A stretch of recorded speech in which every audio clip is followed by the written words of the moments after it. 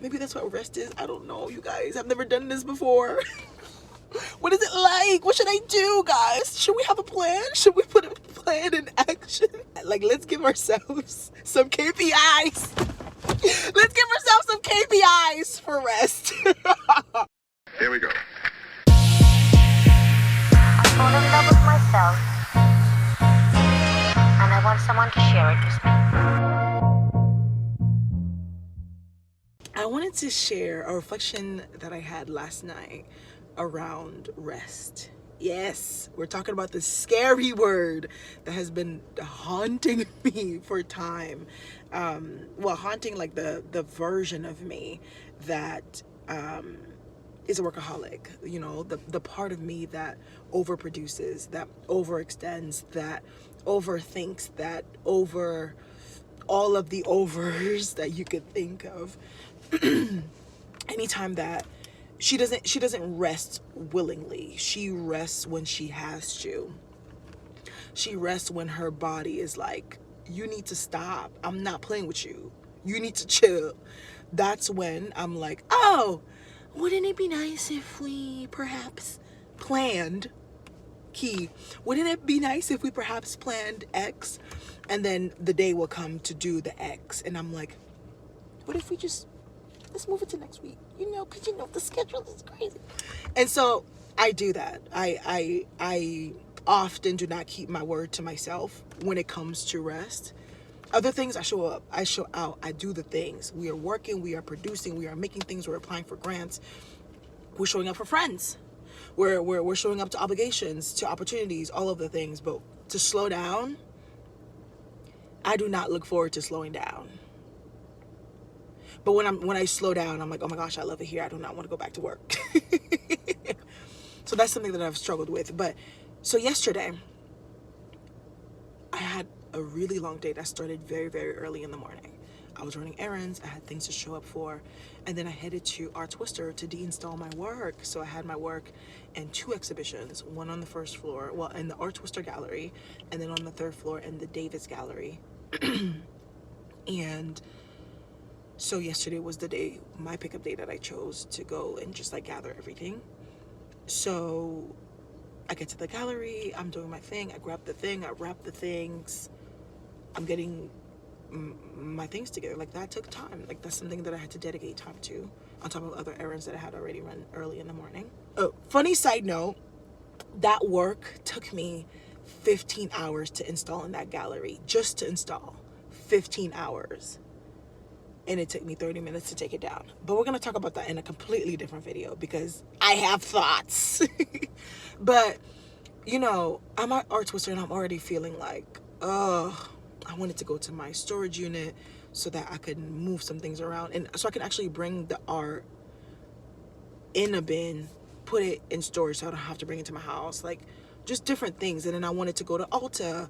I wanted to go to Marshall's. I had like some last minute Christmas gifts I wanted to grab. I needed Christmas cards and Christmas bags and stuff like that. And I'm just like, from that moment, I was like, oh, I'm tired. I'm beat. I'm done. Mind you, at this point, it's like 2 p.m. and I haven't eaten, right? And so I'm like, oh my gosh, I literally have to, this is the part where my body is like, I have to eat. I need food. So I'm like, okay, let's get food. I grab food, get to the house. And I'm just like, I don't know. I just find we can take a nap or something because you're clearly not feeling well. And so I take a nap and I wake up.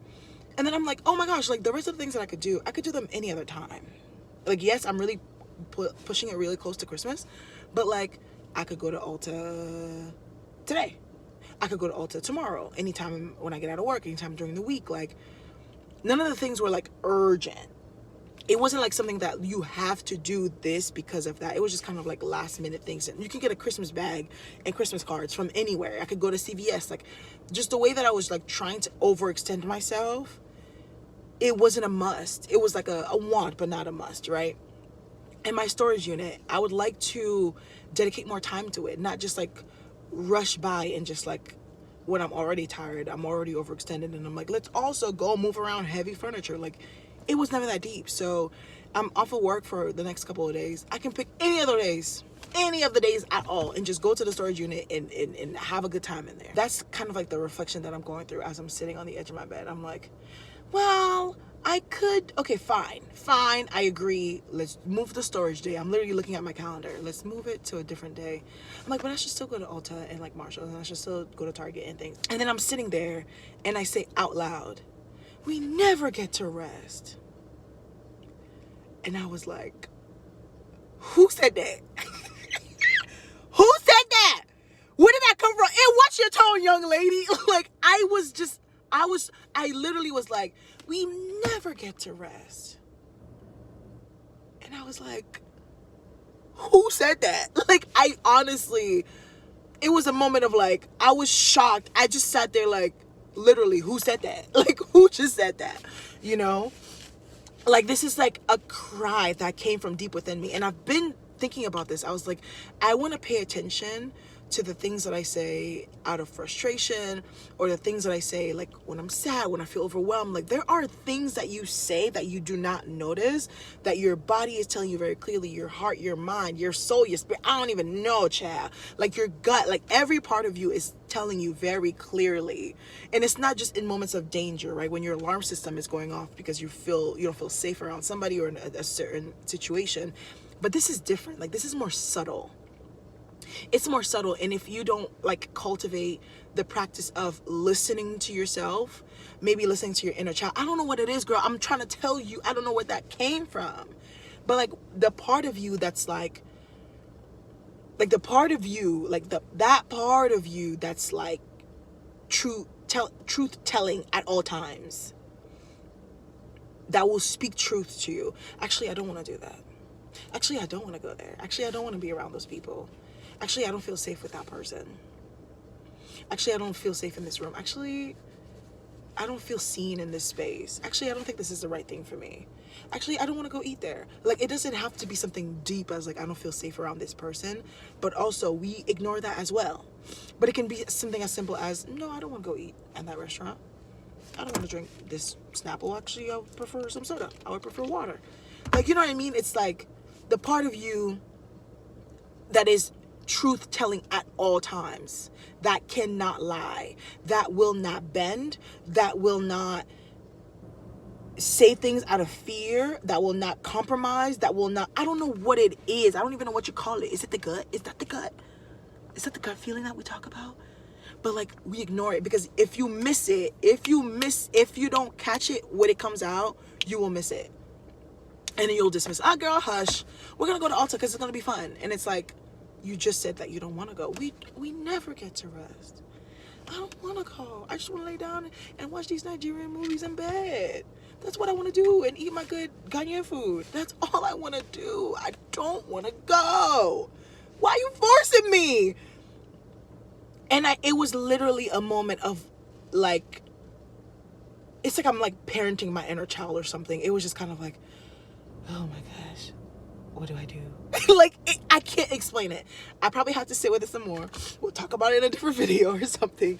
But I sat there and I was like, okay, well, we are not gonna do anything because allegedly we never get to rest.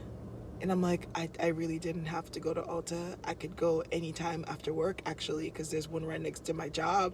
Sure, instead of making it an hour drive to go to Ulta, I could just go to the one that's close to my job. Okay. And then Marshalls, we could go on a different day. Storage, that wasn't really important. And so you start to like be more malleable and be willing to move things around in your life. You find that like, actually it wasn't urgent. It's important. It's not urgent. It doesn't have to be done right now. I don't remember what I ended up doing last night.